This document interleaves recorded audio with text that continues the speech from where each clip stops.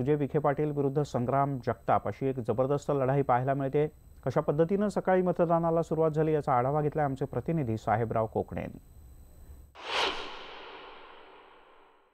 लोकसभेच्या तिसऱ्या टप्प्यातील मतदान आज सुरू झालेलं आहे। अहमदनगरमध्ये 7 वाजल्यापासून लोकांनी गर्दी केलेली आहे। जे काही विरुद्ध किंवा जे काही सकाळी येणारं मतदान जे आहे ते अहमदनगरच्या पोलिंग बूथवरती आलेलं आहे। या ठिकाणी आपण पाहतो अहमदनगरचा राष्ट्रीय पाठशाला या ठिकाणी पोलिंग बूथ आहे। या ठिकाणी राष्ट्रवादीचे उमेदवार आहेत ते संग्राम जगताप हे या ठिकाणी वोटिंग करणार आहेत थोड्या वेळामध्ये।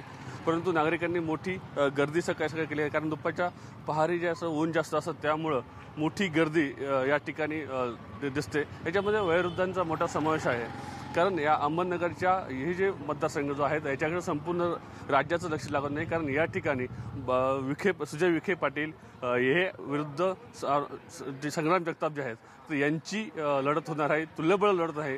या सगळ्या प्रकरणामध्ये गेल्या 15 महिन्याभरापासून अहमदनगर जिल्ह्यामध्ये वातावरण ढवळून दिलं आहे। शरद पवार असो किंवा मुख्यमंत्री असो देवेंद्र फडणवीस यांच्या जवळपास 3 सभा अहमदनगरमध्ये झालेल्या आहेत। त्यामुळं या पोलिंग बूथवरती मोठी गर्दी आहे, कारण याच्या पोलिंग बूथमध्ये संग्राम जगताप हे मतदान करणार आहे।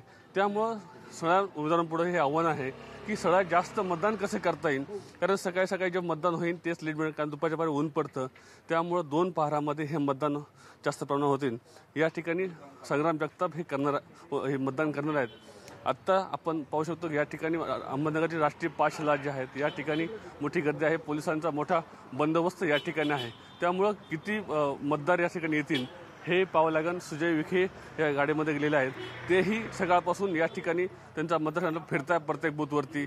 त्यामुळं या आठवड्याच्या लढतीमध्ये या मतदानामध्ये यंत्रामध्ये कोणाचं मतदानाचं भवितव्य आज बंद होणार आहे। जर्नलिस्ट संदीप पवारसह साहेबराव कोकणे, न्यूज 18 लोकमत, अहमदनगर। नगरमध्ये मतदानाचा मोठा उत्साह आणि